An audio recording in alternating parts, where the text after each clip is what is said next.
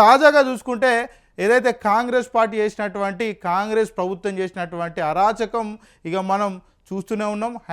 Hyderabad central యూనివర్సిటీలో చాలా వరకు కూడా విధ్వంసం చేసిరు. 400 ఎకరాలను వాళ్ళు స్వాధీనం చేసుకొని దాన్ని ప్రైవేట్ వ్యక్తులకు అమ్ముకొని పూర్తి మొత్తంలో అక్కడ ఇండస్ట్రియల్ పార్క్ ఇండస్ట్రియల్స్ ఏర్పాటు చేస్తామని చెప్పారు.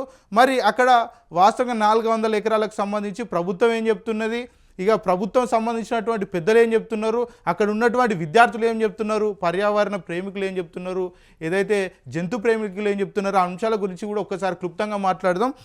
ప్రభుత్వం సంబంధించి అక్కడ 400 ఎకరాల్లో కేవలం ఖాళీగా ఉండడం వల్ల కొన్ని చెట్లు అందులో పెరిగినాయి తప్ప అక్కడ అడవి లేదని చెప్తున్నది. మరి ఏదైతే ప్రజా సంఘాల నేతలు కావచ్చు, పర్యావరణ ప్రేమికులు కావచ్చు, అక్కడ ఉన్నటువంటి విద్యార్థులు కావచ్చు, ఆ 400 ఎకరాలకు సంబంధించి పూర్తి మొత్తంలో అడవి ఉంది అని వాళ్ళు ఫోటోలు తీసి వీడియోలు తీసి చిత్రీకరించి ప్రజలకు చూపెట్టే ప్రయత్నం చేశారు. అందులో భాగంగా కొంతమంది విద్యార్థులను కూడా అరెస్ట్ చేసి వాళ్ళను కూడా కేసులో పాలు చేసిన ధోరణి కూడా మనం చూసినాం. ఇక రీసెంట్గా అందరూ కూడా కర్రు కాల్చి వాటితో పెడితే అక్కడ ఉన్నటువంటి విద్యార్థుల మీద ఏదైతే కేసులు వేసారో అవన్నీ కూడా ఉపసంహరించుకోవాలని ఆదేశాలు ఇచ్చినట్టు కూడా మనం చూసినాం. మొత్తానికైతే ప్రభుత్వం చేస్తున్నటువంటి 400 ఎకరాలకు సంబంధించి మొత్తానికైతే మూడు జింకలు అయితే పూర్తి మొత్తంలో చనిపోయినట్టుగా కూడా మనం చూసాం. కుక్కడ దాడిలో చనిపోవడం అంటే చాలా దారుణమైన విషయం.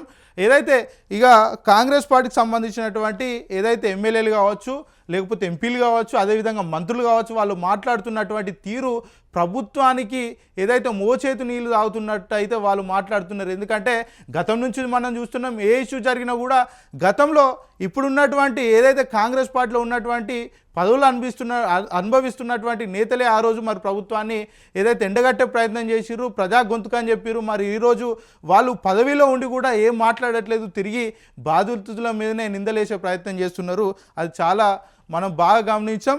ఇక హైదరాబాద్ సెంట్రల్ యూనివర్సిటీకి సంబంధించి నిన్న ఒక కేంద్ర సాధికార కమిటీ అయితే అక్కడికి వెళ్ళింది. అక్కడ ఉన్నటువంటి ఏదైతే విద్యార్థులతో కావచ్చు, అదేవిధంగా ప్రతిపక్షాలతో కావచ్చు, ప్రజా సంఘ నేతలతో కావచ్చు, పర్యావరణ ప్రేమికులతో కావచ్చు, అక్కడ ఉన్నటువంటి లెక్చరర్లతోటి కావచ్చు, అక్కడ ఉన్నటువంటి టీచింగ్ స్టాఫ్ సంబంధించి వాళ్ళతో కూడా పూర్తి మొత్తంలో మాట్లాడి నిజ నిర్ధారణ చేయాలనే అంశంతో అయితే వాళ్ళు పూర్తి మొత్తంలో అక్కడ ఉన్నటువంటి 400 ఎకరాలకు సంబంధించి కూడా వాళ్ళు తిరిగి మరి గ్రౌండ్ లెవెల్ ఏం జరిగిందన్న అంశాల గురించి కూడా వాళ్ళు మొత్తం కూడా రీసెర్చ్ చేసిరు.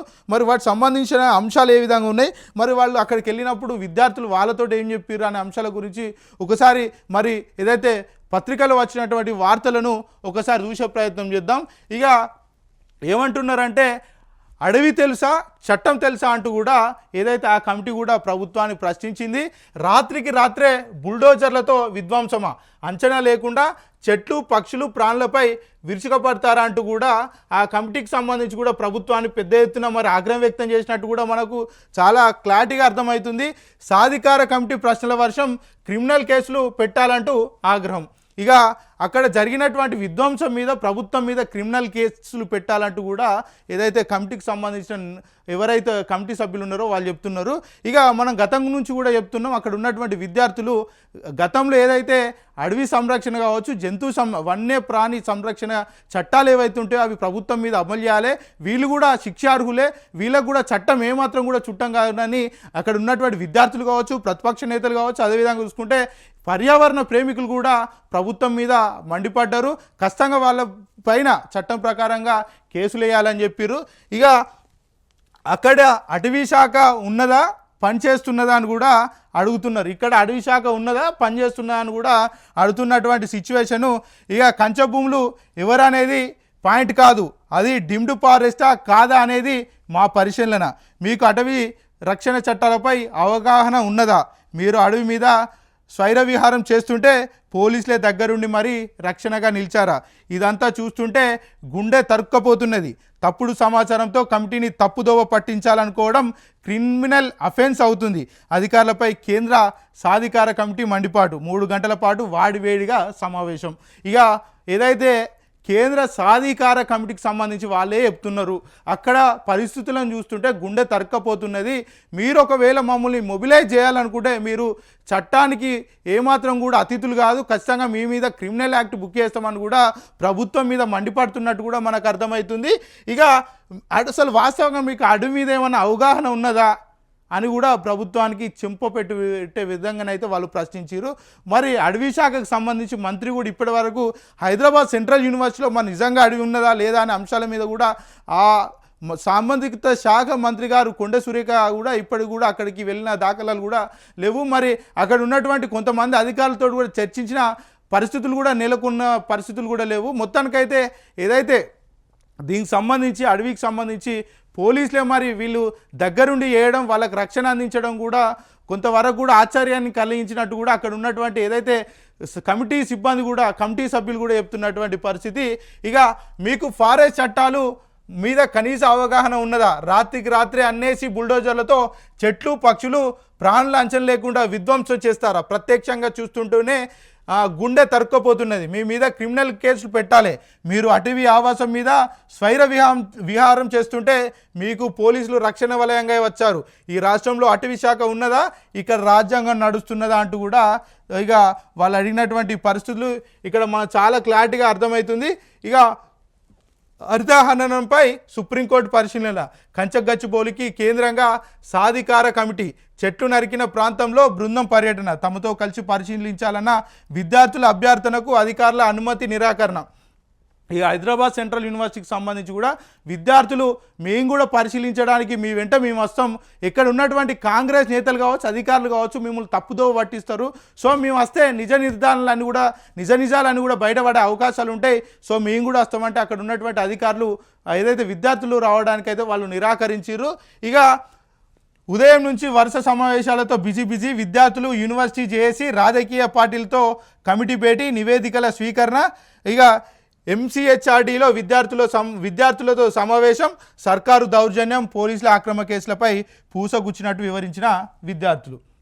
ఏదైతే సర్కారు చేసినటువంటి దౌర్జన్యాలు కావచ్చు, విద్యార్థుల మీద పెట్టినటువంటి క్రిమినల్ కేసుల మీద కూడా విద్యార్థులు వారితో చెప్పడం జరిగింది. ఎందుకంటే ఏదైతే యూనివర్సిటీకి సంబంధించి మరి అడవి లేదని చెప్తున్నారు, అక్కడ మూగజీవులు లేవని చెప్తున్నారు, వన్యప్రాణులు లేవని చెప్తున్నారు, మరి ఇవన్నీ కూడా మేము ప్రపంచాన్ని చూపెట్టాలనే ఉద్దేశంతో విద్యార్థులు కూడా కొంతమంది ఒక 5 విద్యార్థులు కలిసి వాళ్ళంతా కూడా డ్రోన్ ఎగిరేసి మరి అవంతా కూడా చిత్రీకరించి ప్రజలకు చూపెట్టే ప్రయత్నం చేశారు. మరి ప్రభుత్వం వాళ్ళ యూనివర్సిటీలోనే వాళ్ళు ఎగిరేసినప్పుడు ప్రభుత్వానికి వచ్చిన ఈ ఇబ్బంది ఏందో అర్థం కావట్లేదు. ఎందుకంటే విద్యార్థులకు సంబంధించి అక్కడ అడవి మొత్తం పోతున్నది. మా యూనివర్సిటీకి సంబంధించిన అడవి ఇదొక హైదరాబాద్కు ఆక్సిజన్లా ఉండేటువంటి అడవి కూడా పూర్తి మొత్తంలో విధ్వంసం చేస్తున్న ప్రభుత్వం, దాన్ని ప్రజలకు చూపెట్టాలి, ప్రజలంతా కూడా దీని మీద అవగాహన వచ్చి వీళ్ళు కూడా హైదరాబాద్ నగరంలో ఉన్నటువంటి ప్రతి ఒక్కరు కూడా దీన్ని అడ్డుకునే ప్రయత్నం చేస్తారు అనే భాగంగా వారు చేస్తే వాళ్ళ మీద అక్రమ కేసులు పెట్టి వాళ్ళని జైలుకు పంపించే ప్రయత్నం చేసిర్రు. సో అర్థం చేసుకోవాలి, ప్రభుత్వం కూడా ఏమని చెప్తుంది, మేము ఖచ్చితంగా ప్రజలకు సంబంధించి ఏదైతే రాజ్యాంగ ఉల్లంఘన జరగకుండా చూసుకుంటాం, రాజ్యాంగాన్ని కాపాడుకుంటాం, రాజ్యాంగాన్ని సంరక్షిస్తాం, మేము ప్రజలను కంటికి రెప్పలా కాపాడుకుంటాం అని చెప్తుంటుంది ఈ కాంగ్రెస్ ప్రభుత్వం. మరి ఈరోజు చేస్తున్నది ఎట్లున్నదంటే ఇక మరి ఒక సామెతలు ఉంటే రకరకాల సామెతలు కూడా ఉన్నాయి దీని మీద చెప్తే మళ్ళీ కొంతమంది ఏదైతే అవుతారు కానీ చెప్పలేకపోతున్నా కానీ మొత్తానికైతే కాంగ్రెస్ ప్రభుత్వం చేస్తున్నటువంటి ఘోరాలు మాత్రం చాలా ఏదైతే మరి చెప్పుకోలేని స్థితిలో ఉన్నాయి. ఇక విద్యార్థులకు సంబంధించి అట్లా కేసు పెట్టిరు, ఏదైతే ఉద్యమానికి తెరలేపిరో ఆ విద్యార్థుల మీద కూడా 3 విద్యార్థుల మీద కేసు పెట్టిరు.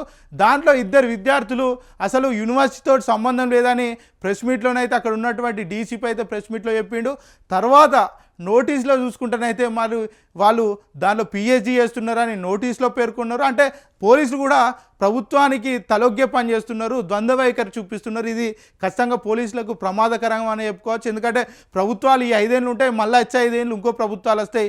పోలీసులు ఎప్పుడు కూడా ప్రభుత్వానికి తొత్తులుగా పనిచేయద్దు, ప్రజల పక్షాన ఆలోచించి ప్రజల సంరక్షణ గురించి ప్రజల శాంతి భద్రతల గురించి ఆలోచించాలి కానీ ప్రభుత్వం గురించి ఆలోచించి ప్రభుత్వ పార్టీల గురించి ఆలోచిస్తే ఇబ్బందులు మీకు కూడా ఫేస్ అయితే గతంలో కూడా కొంతమంది ఇబ్బంది పడ్డారు, మీరు కూడా చూసిరు, రానున్న రోజులు కూడా మీకు కూడా ఇబ్బందులు పడే అవకాశాలు ఉంటాయి.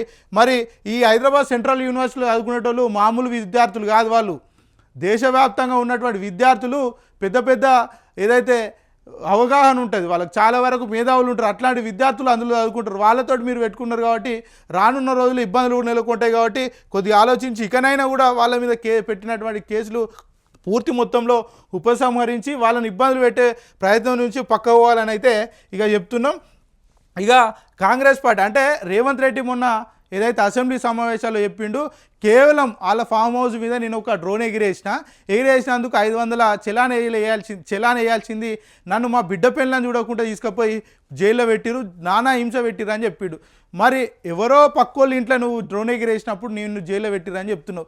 మరి వాళ్ళు విద్యార్థులు వాళ్ళ యూనివర్సిటీ మొత్తం కూడా ధ్వంసం అవుతుందని వాళ్ళ యూనివర్సిటీలోనే డ్రోన్ ఎగిరేసుకున్నారు. వాళ్ళు రేవంత్ రెడ్డి ఇంటి మీద డ్రోన్ ఎగిరేయలే, సచివాలయం మీద డ్రోన్ ఎగిరేయలే, రాజ్భవన్ మీద డ్రోన్ ఎగిరేయలే, ఇక ప్రజాభవన్ మీద డ్రోన్ ఎగిరేయాలి. వాళ్ళ సొంత యూనివర్సిటీ మీద డ్రోన్ ఎగిరేసుకున్నప్పుడు వాళ్ళ మీద మీరు కేసు ఎట్లా పెట్టిరు? మీరే కదా అసెంబ్లీలో చెప్పారు చిన్న చిత్క కేసులను తీసుకుపోయి జైలు వేసిరని. మరి మీరు చేసింది ఏంది? విద్యార్థులు అంటే వాళ్ళ హక్కుల కోసం పోరాటం చేస్తే మీరు చేసింది ఏ విధంగా ఉందో ఒకసారి అర్థం చేసుకోవచ్చు.